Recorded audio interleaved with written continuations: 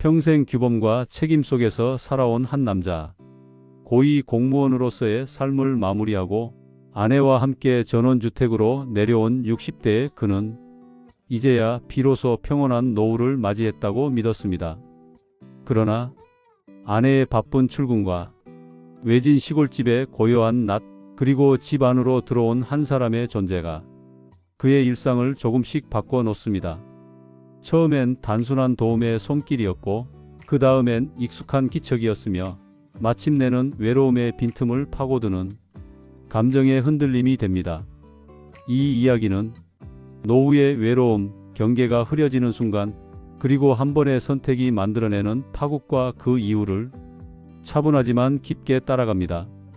누구도 쉽게 판단할 수 없는 상황 속에서 그는 무엇을 선택했고 그 선택은 그의 가족과 삶을 어디로 데려갔을까요? 끝까지 읽으시면 한 사람의 인생이 무너지는 과정과 그 이후 남겨진 질문이 조용히 마음에 남게 될 것입니다. 이야기가 시작되기 전에 이런 현실적인 인생 이야기가 마음에 드신다면 구독과 좋아요, 그리고 알림 설정으로 함께해 주세요. 다음 이야기들도 놓치지 않고 전해드리겠습니다. 그는 평생을 공무원으로 살았습니다. 질서와 규범, 책임과 절제가 몸에 밴 삶이었습니다. 고위직에 올랐지만 그만큼 감정을 숨기는 법에도 능숙해졌습니다. 정년 퇴임을 한 날, 사람들은 그에게 말했습니다. 이제 인생을 즐기셔야죠. 부럽습니다. 전원에서 여유롭게 사신다니. 그도 웃으며 고개를 끄덕였습니다. 그러나 마음 한편에서는 설명하기 어려운 공허가 천천히 번지고 있었습니다. 아내와 함께 이사한 전원주택은 조용했습니다. 너무 조용해서 처음엔 바람 소리조차 크게 느껴졌습니다. 아내는 부동산 중개 일을 계속하기로 했습니다. 여보, 나는 계속 일할게요. 당신도 집에만 있으면 답답할 테니까. 그 말은 현실적이었고 그는 고개를 끄덕였습니다. 그래서 결정한 것이 가정부 고용이었습니다. 가정부가 처음 집에 들어오던 날, 그는 현관 앞에서 무심한 얼굴로 서 있었습니다. 문이 열리고 그녀가 들어왔을 때 그는 자신도 모르게 숨을 고릅니다. 30대 초반, 피부는 햇빛을 머금은 듯 건강했고 이목구비는 또렷했습니다. 눈웃음이 자연스러웠고 머리는 단정히 묶여 있었지만 전체적인 분위기는 집안을 한순간에 밝히는 힘이 있었습니다. 안녕하세요. 오늘부터 일하게 됐어요. 억양이 부드러웠고 말끝이 살짝 올라갔습니다. 한국어는 서툴렀지만 표정과 태도는 친근했습니다. 아내는 만족스러운 표정으로 말했습니다. 생각보다 훨씬 괜찮네. 집도 잘 부탁해요. 며칠이 지나면서 그는 그녀를 자주 보게 됩니다. 아침에는 부엌에서 분주히 움직이는 모습, 낮에는 마당을 정리하거나 창문을 닦는 모습. 문제는 그녀의 옷차림이었습니다. 일반적인 가정부와는 달랐습니다. 집안일을 하기 편하다는 이유로 몸에 밀착되는 옷을 입었고 움직일 때마다 선이 분명히 드러났습니다. 헐렁함은 없었고 과도한 장식도 없었지만 묘하게 시선을 끄는 실루엣이었습니다. 그는 처음엔 고개를 돌렸습니다. 괜한 생각이다. 스스로를 타일렀습니다. 하지만 이상하게도 그녀는 집 안에서 존재감이 컸습니다. 발소리, 말소리, 웃음소리. 아내가 출근한 뒤에 집은 그와 그녀만 남았습니다. 정오 무렵 그녀가 말합니다. 점심 뭐 드실래요? 그는 신문을 덮으며 대답합니다. 아무거나 괜찮습니다. 그녀는 웃으며 부엌으로 향합니다. 그 순간 그는 자신의 시선이 그녀의 뒷모습을 잠시 따라갔다는 사실을 늦게 알아차립니다. 그는 점점 사소한 것에 신경이 쓰이기 시작합니다. 그녀가 향수를 뿌리는지 아니면 비누 냄새인지, 그녀가 웃을 때 눈이 얼마나 휘어지는지, 그녀가 말을 걸 때 자연스럽게 조금 가까이 다가온다는 것까지 사장님, 이거요. 사장님, 이건 어디에 둘까요? 그 호칭이 처음엔 어색했지만 어느 순간부터 당연하게 들립니다. 어느 날 그는 집 앞에서 가볍게 운동을 했습니다. 땀이 나서 샤워실로 향했습니다. 문을 열기 전 안쪽에서 물소리가 들렸습니다. 그는 멈췄고 문이 완전히 닫히지 않았다는 사실을 그제야 알아차립니다. 그 순간 그는 더 이상 보지 않으려 했습니다. 황급히 돌아섰고 심장이 예상보다 빠르게 뛰고 있음을 느꼈습니다. 이건 실수다. 그는 그렇게 정리하려 했습니다. 그러나 그날 이후 그녀의 태도는 묘하게 달라집니다. 말을 걸 때 조금 더 가까워졌고 눈을 마주치는 시간이 길어졌습니다. 사장님, 괜찮아요? 그 질문에는 이전보다 많은 감정이 담겨 있었습니다. 그는 대답을 아꼈지만 머릿속은 조용하지 않았습니다.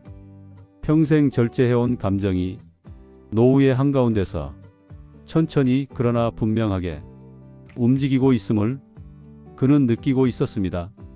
이 시점에서 그는 아직 선을 넘지 않았습니다. 그러나 이미 경계는 흔들리고 있었습니다.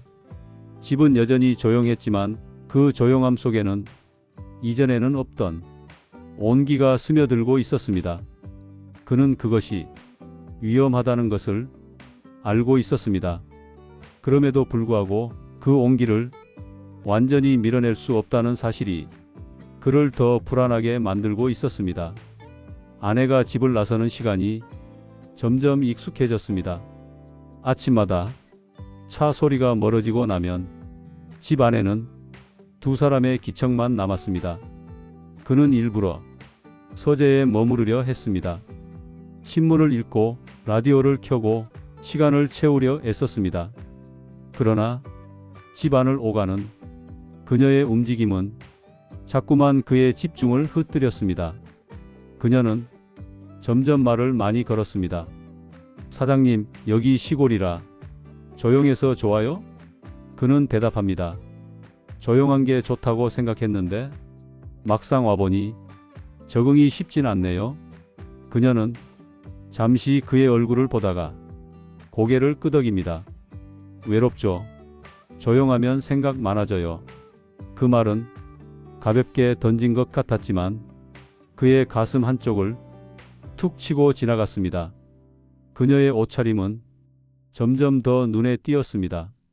집안일을 하면서도 움직임이 많은 옷, 몸의 선이 자연스럽게 드러나는 옷, 노출이 심하다고 단정할 수는 없었지만 보여주고 있다는 인상은 점점 분명해졌습니다. 그는 자꾸만 시선을 돌리면서도 이미 몇 번이나 되돌아봤다는 사실을 부정하지 못했습니다. 왜 이렇게 신경이 쓰이는 거지? 스스로를 나무랐지만 이상하게도 불쾌함보다는 묘한 긴장이 더 컸습니다. 점심시간이 되면 그녀는 굳이 그를 불러냅니다. 사장님, 같이 드세요. 식탁은 예전보다 좁아진 것처럼 느껴졌습니다. 그녀는 자연스럽게 맞은편이 아니라 옆자리에 앉았습니다. 여기 앉아도 돼요? 그는 고개를 끄덕였습니다. 그녀의 말투는 부드러웠고 시선은 자주 마주쳤습니다. 대화 사이사이 짧은 침묵이 생겼고 그 침묵은 어색하기보다는 묘하게 무거웠습니다. 어느 날 그녀가 말합니다. 사장님은 올해 공무원 하셨죠? 그렇습니다. 그럼 늘 사람들 속에 계셨겠네요. 그는 잠시 생각하다 대답합니다. 사람들 속에 있었지만 늘 혼자였습니다. 그 말은 그 자신도 놀랄 만큼 솔직했습니다. 그녀는 그를 가만히 바라보다가 낮은 목소리로 말합니다. 그래서 지금은 더 조용한 게 외로우신 거예요? 그는 대답하지 못했습니다. 그날 이후 그녀는 더 자주 그의 감정을 건드립니다. 사장님은 좋은 사람이에요. 사장님 같은 분은 외로우면 안 돼요. 그 말들은 위로처럼 들렸지만 동시에 선을 시험하는 질문처럼 느껴졌습니다. 그는 그녀의 말에 명확히 선을 긋지 못했습니다. 그 대신 애매한 미소와 짧은 대답으로 넘겼습니다. 어느 오후 비가 내리던 날이었습니다. 집 안은 더 조용했고 창밖의 빗소리가 유난히 크게 들렸습니다. 그녀는 거실에서 창문을 닫다가 그에게 말합니다. 비 오는 날은 사람 마음이 약해진대요. 그는 책에서 눈을 떼지 않은 채 말합니다. 그런 말이 있습니까? 그녀는 웃으며 다가옵니다. 저는 그래요. 그녀는 잠시 그의 옆에 서 있다가 다시 창가로 돌아갔지만 그 짧은 거리 변화가 그의 심장을 쓸데없이 크게 뛰게 만들었습니다. 그는 점점 스스로를 합리화하기 시작합니다. 아직 아무 일도 일어나지 않았다. 이건 단순한 동거 생활의 불편함이다. 내가 예민해진 것뿐이다. 그러나 밤이 되면 낮의 장면들이 머릿속에 다시 떠올랐습니다. 말투, 눈빛, 의도적인 거리. 그는 잠을 설쳤습니다. 아내와의 통화는 여전히 평범했습니다. 여보, 집은 괜찮아? 괜찮아. 잘 지내고 있어. 거짓말은 아니었습니다. 그러나 모두 말한 것도 아니었습니다. 그는 점점 말수가 줄어들었고 그 사실을 아내는 눈치채지 못했습니다. 그녀는 그의 변화를 알아차린 듯 보였습니다. 사장님, 요즘 생각 많아 보여요. 그는 고개를 저었습니다. 아닙니다. 그녀는 조용히 말합니다. 혼자 생각하지 말고 말해도 돼요. 그 말은 도움의 제안처럼 들렸지만 그에게는 마치 문을 여는 손잡이처럼 느껴졌습니다. 이제 그는 분명히 알고 있었습니다. 이 관계는 더 이상 우연이 아니며 그녀의 행동에는 의도가 담겨 있고 자신의 마음 역시 이미 흔들리고 있다는 사실을 아직 선은 넘지 않았지만 선은 더 이상 분명하지 않았습니다. 그리고 그는 스스로에게 이렇게 묻고 있었습니다. 정말로 여기서 멈출 수 있을까? 아내가 출장을 떠난 날 집은 평소보다 더 조용했습니다. 여보, 이틀이면 금방이야. 그래, 조심히 다녀와. 전화는 짧았고 그는 수화기를 내려놓은 뒤 한동안 그 자리에 서 있었습니다. 집들이는 오래 미뤄왔던 약속이었습니다. 퇴임 후 처음으로 전 직장 동료들을 부르는 자리였습니다. 그는 아침부터 괜히 집안을 몇 번이나 둘러봤습니다. 그녀는 손님 맞을 준비를 하며 분주히 움직이고 있었습니다. 사장님, 손님 몇 분 오세요? 6명 정도 됩니다. 그녀는 고개를 끄덕이며 부엌으로 들어갔습니다. 그날 그녀의 차림은 평소보다 더 단정해 보였지만 그 단정함 속에서도 이상하리만큼 시선을 끄는 분위기가 있었습니다. 그는 그 사실을 굳이 생각하지 않으려 했습니다. 저녁이 되자 동료들이 하나둘 도착했습니다. 이야, 여기 정말 좋네. 퇴임하고 이런 데서 사는 것도 나쁘지 않겠어. 웃음소리와 술잔 부딪히는 소리가 집안을 채웠습니다. 그녀는 말수가 많지 않았지만 필요한 순간마다 조용히 움직였습니다. 그는 동료들의 시선이 가끔 그녀에게 머무는 것을 알아차렸습니다. 가정부 분이신가 보죠? 네, 요즘 많이 도와주고 있습니다. 그는 그 질문이 괜히 신경 쓰였습니다. 밤이 깊어지면서 술자리는 끝을 향해 갔습니다. 하나둘 떠나고 마지막 손님이 현관을 나섰을 때 집 안에는 다시 고요가 돌아왔습니다. 다들 가셨네요. 그녀의 목소리가 유난히 또렷하게 들렸습니다. 고생했습니다. 이제 쉬셔도 됩니다. 그는 말했지만 그녀는 고개를 저었습니다. 정리 조금만 더 하고 갈게요. 그는 소파에 앉아 술 기운을 가라앉히려 했습니다. 머리는 무거웠고 생각은 선명해지지 않았습니다. 부엌에서 그릇 부딪히는 소리가 났습니다. 그는 괜히 일어나 부엌 쪽을 바라봤습니다. 내일 해도 됩니다. 괜찮아요. 오늘은 오늘 끝내야 마음이 편해요. 그 말투는 단호했지만 어딘가 부드러웠습니다. 그는 그녀 옆에 서지 않으려 했지만 자연스럽게 부엌 쪽으로 발걸음이 옮겨졌습니다. 혼자 하긴 많을 텐데 같이 계셔도 돼요. 그녀의 말은 허락처럼 들렸습니다. 잠시 침묵이 흘렀습니다.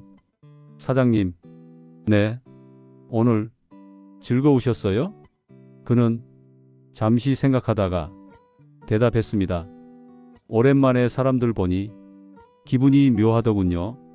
그녀는 그의 얼굴을 바라보며 말합니다. 그럼 지금은요? 그 질문은 오늘 하루를 묻는 것이 아니라 그의 상태를 묻는 것처럼 느껴졌습니다. 그는 대답하지 않았습니다. 정리가 거의 끝났을 때 그녀는 맥주 한 캔을 꺼내며 말합니다. 이거 하나 남았어요. 그는 고개를 저었습니다. 이제 그만 마셔야죠.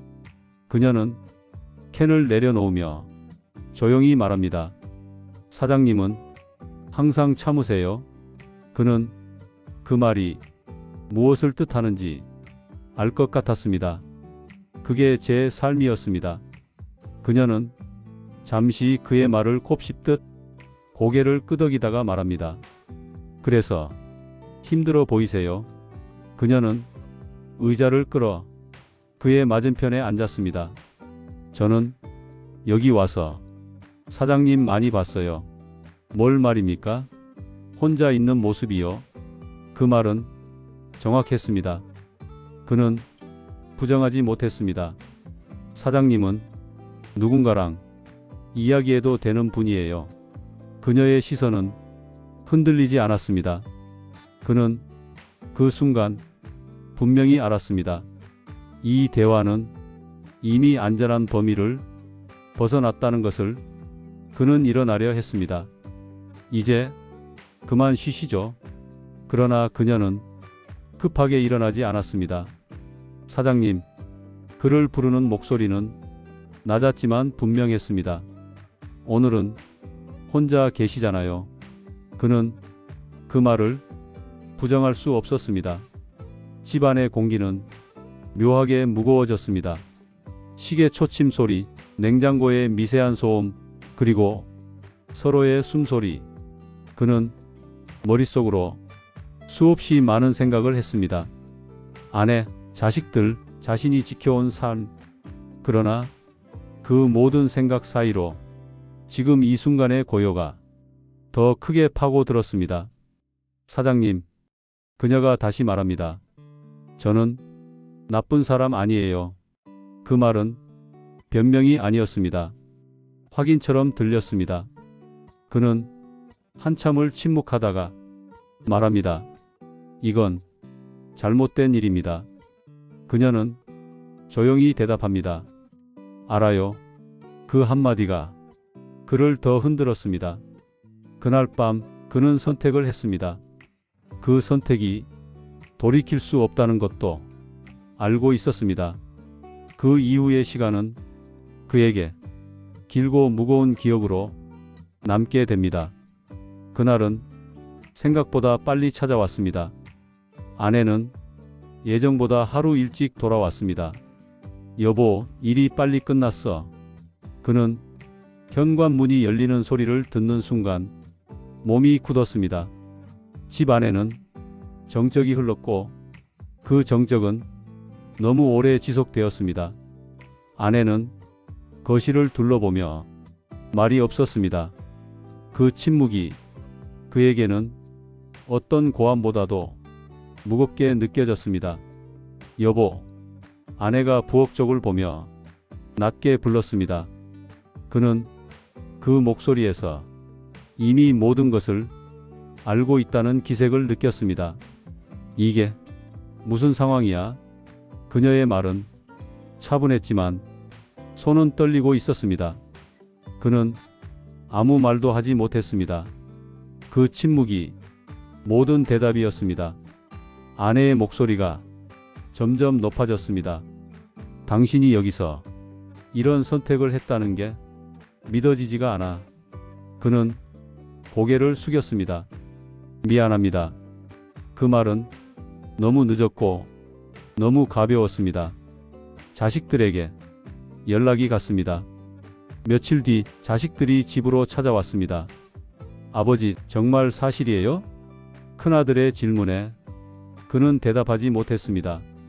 엄마를 두고 어떻게 이럴 수 있어요? 딸은 눈물을 참으며 말했습니다. 그들의 눈에는 분노보다 실망이 더 깊게 담겨 있었습니다. 아버지는 우리가 알던 분이 아니었어요. 그 말은 그를 오래 붙잡았습니다. 그는 평생 가족을 위해 살았다고 믿어왔습니다. 그러나 그날 그 믿음은 완전히 무너졌습니다. 가정부였던 그녀는 이미 집을 떠난 상태였습니다. 아내는 단호하게 말했습니다. 이 집에는 더 이상 당신 자리가 없어. 그는 짐을 싸서 나왔습니다. 전원주택의 밤은 그날따라 유난히 차가웠습니다. 이혼은 생각보다 빠르게 진행됐습니다. 그는 대부분의 재산을 넘겼습니다.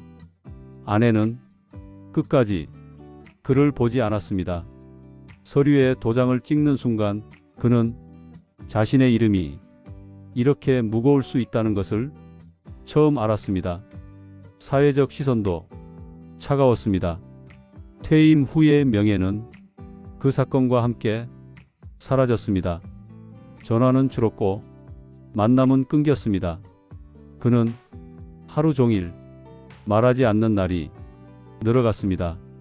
그녀와 다시 만난 것은 몇 달 뒤였습니다. 작은 원룸에서 그녀는 말했습니다. 사장님, 아니, 이제 그냥 같이 있어요. 그는 그 말에 오래 대답하지 못했습니다. 당신 때문에 모든 걸 잃었습니다. 그는 솔직하게 말했습니다. 그녀는 고개를 저으며 대답합니다. 아니에요. 선택은 사장님이 하신 거예요. 그 말은 책임을 묻는 말이 아니라 현실을 인정하자는 말처럼 들렸습니다. 그들은 작은 집에서 함께 살기 시작했습니다. 조건도 없었고 미래에 대한 약속도 없었습니다. 다만 서로의 상처를 알고 있다는 사실만으로 하루를 버텼습니다. 그는 자식들과 연락하지 못했고 명절도 조용히 지나갔습니다. 밤이 되면 그는 종종 생각했습니다. 내가 지켜온 인생은 과연 무엇이었을까? 그러나 그는 도망치지 않기로 했습니다. 그 선택의 대가를 그대로 안고 살아가기로 했습니다. 그녀는 그의 곁에 남았습니다. 말이 많지 않았고 위로도 과하지 않았지만 그것이 그에게는 유일한 숨 쉴 틈이었습니다. 이 이야기는 노후의 외로움이 얼마나 조용히 사람의 기준을 무너뜨리는지, 그리고 한 번의 선택이 얼마나 많은 관계를 한꺼번에 바꿔버리는지를 보여줍니다. 중년의 삶에서는 유혹보다 외로움이 더 위험할 수 있습니다. 침묵 속에 오래 머물지 마십시오. 도움을 받아야 할 때는 감정부터 정리하십시오. 선택은 언제나 자유지만 책임은 반드시 남습니다. 이 이야기가 당신의 삶을 돌아보는 작은 경계가 되기를 바랍니다. 끝까지 함께해 주셔서 감사합니다. 의미 있었다면 구독과 좋아요, 그리고 알림 설정으로 다음 이야기도 함께해 주세요.